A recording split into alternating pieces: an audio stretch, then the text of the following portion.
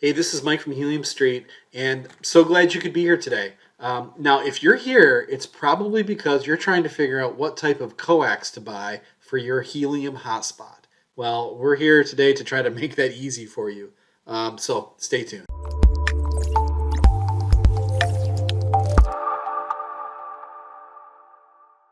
Now, when you're deciding what type of coax to buy, it's really going to come down to either LMR 240 or LMR 400. It's going to be one or the other. All right.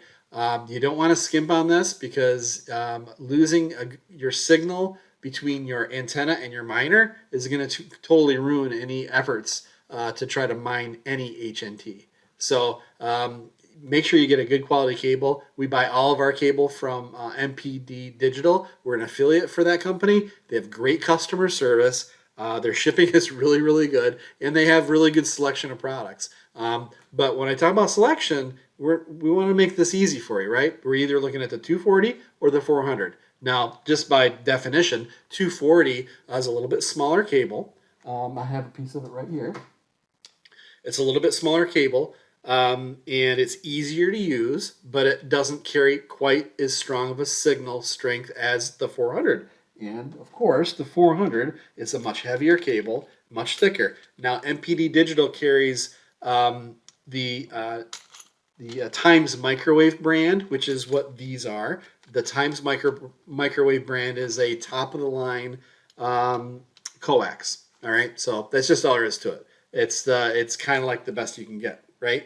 And we at Helium Street, we deploy a lot of miners, and we use a lot of this stuff. Where we can use the 240, we do. Where we have to use the 400, we use the 400.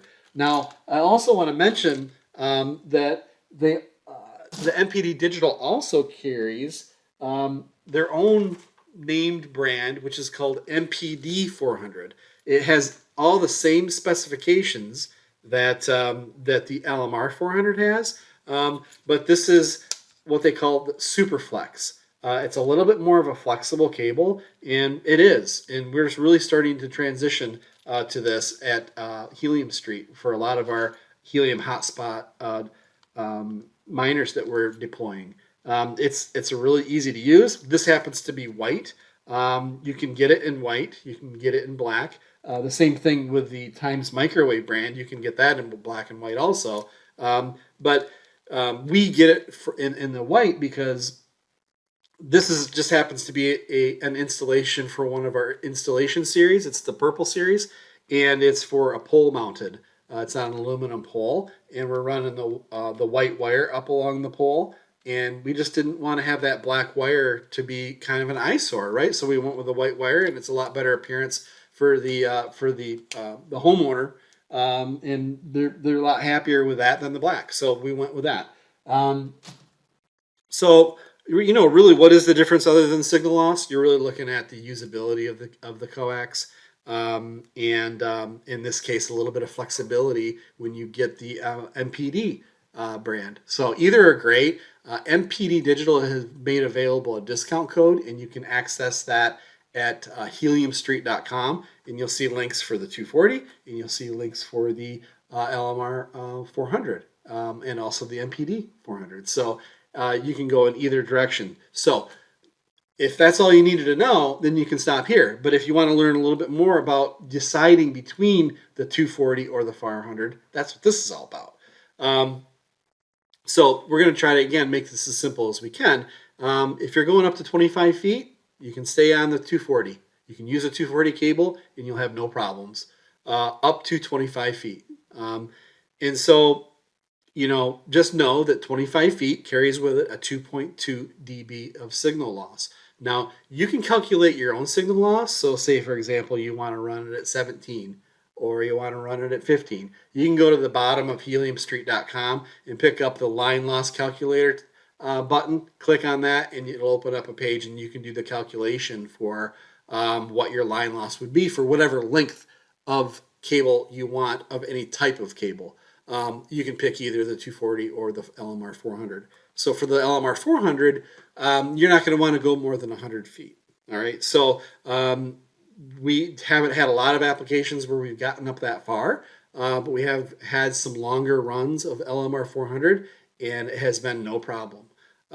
So just know that 100 feet has 4.4 dB of signal loss, and the 50 feet has 2.2 dB of signal loss. So again, you can go to that heliumstreet.com and go to the bottom and go to the line loss calculator, and you can do your calculation for whatever length you want. So if you've got because MPD Digital will let you select whatever length cable you want, because we want to always get the shortest possible cable possible. And so MPD Digital allows us to do that, which is a really great option for us.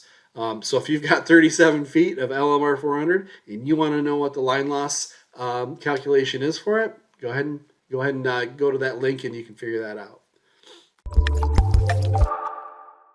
Okay, so the first thing we're going to do is we're going to go to heliumstreet.com. And from this page, you can go into MPD Digital from a lot of different ways, but the main reason why we're here is because we want to pick up that discount code, right? And so I think one of the best ways to get into is if you're on a specific installation series. And so I'd recommend that, like if you're, for example, going through the Blue series because you've got a Blue series installation at your home, or you've had a Red series installation going on, go into MPD Digital through one of these links. I'll go into Blue right now just for the sake of this example, and we'll go down to either the LMR 240 or the LMR 400. So I'll go ahead and pick on the LMR 240. And here we'll be able to pick the length of the cable that we want to go with.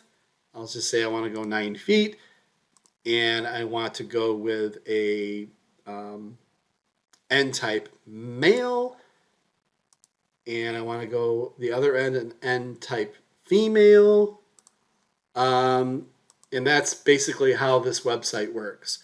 But before we get too far with it, let's talk a little bit more about how to decide what types of connectors that we're going to use.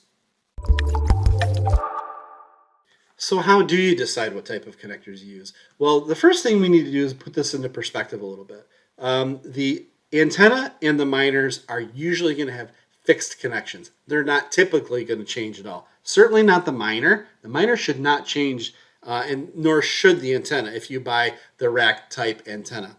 So these connections will never change with a big asterisk at the bottom here unless you purchase something other than the recommended rack antenna, or the FCC changes the regulation for the hotspots. That's kind of the disclaimer here, which is unlikely to happen. So if anything's going to change, it'll be that antenna, and you'll buy something different. But we recommend the rack antenna, and pretty much all the antennas that they recommend for Helium Hotspot use are going to have that N-type male connection coming off the bottom of them. And all the miners are always going to have an RP SMA female connection coming out of them. So you'll need to get coax that connects your antenna and your miner, right? Well, you can't just have one piece of coax because you're almost always going to have a lightning arrestor stuck in between the middle. So so this is kind of the rule here. The rule of thumb is get your lightning arrestor first. And the reason why is because these darn things are a little bit hard to come by these days. And so you might end up with one that has an N-type male connection on one end and an N-type female connection on the other end, like in this example on the left. Or you might end up with one like this that has an N-type female on one end and N-type female on the other end. Well, what I found lately is most often it's this female-female combination is what I've been finding out there that are most available. But that might change. You might end up with the other combination. And so get your lightning arrestor first. And then after you've done that, then you can decide on what kind of coax that you're going to buy.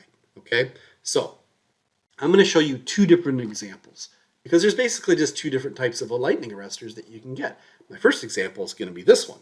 It's going to be an example where there's an N-type female on one end and an N-type male on the other end of the lightning arrestor. Okay? Remember, the antenna and the miner connections never change. So that makes it a little bit easier, right? But so, if you end up with this type of a lightning arrestor, you're going to end up with this type of coax combination. Okay? You're going to end up with coax over here coming off the antenna with an N-type female, it goes to an N-type male connection. Okay, that'll be that piece of coax that you get. Now the next piece of coax that you get is that connection that goes from the other end of the lightning arrestor, which in this case, it ends up being a piece of coax with a female N-type, and that goes into the miner with an RPSMA male connection. Okay, so your shopping list. Your shopping list for MPD Digital is this. Remember, number 2, you've already bought the lightning arrestor. So you got to buy number 1 and number 3. And so number 1 is a piece of coax, and you've already decided whether or not it's going to be the LMR 240 or the LMR 400, right? You've already decided that. So it's going to be a piece of coax with an N-type female to an N-type male, number 1, and you're going to need to get number 3, which is a piece of coax that has an N-type female on one end and an RPSMA male on the other end. Okay, so that's the first shopping list that you could potentially have. All right, so let's look at the second type of configuration. That configuration, again, your antenna doesn't change and your miner doesn't change. Okay, but your lightning arrestor is a little bit different. It's like this one. It's got an N-type female on one end and N-type female on the other end. So that's going to drive you to buy coax in a little bit different configuration. You're going to buy coax for the antenna end that has an N-type female at one end, and at the other end of that coax, it's going to be an N-type male connection. Okay, let's go to the other side of that lightning arrestor, the miner side of that connection. Okay, you're going to buy a piece of coax that has an N-type male connection to an RPSMA male connection. Okay, so for this type of lightning arrestor, here's your shopping list. Okay, remember, you've already bought your lightning arrestor number 2, so you need to buy number 1 and number 3. You're going to buy a piece of coax with an N-type female to an N-type male. And then you're going to go, number 3 here, is you're going to buy another piece of coax that's an N-type male to an RPSMA male. Okay, so it's going to be a little bit like, well, it's going to be a little bit like this. This is exactly what this one is. Okay, this is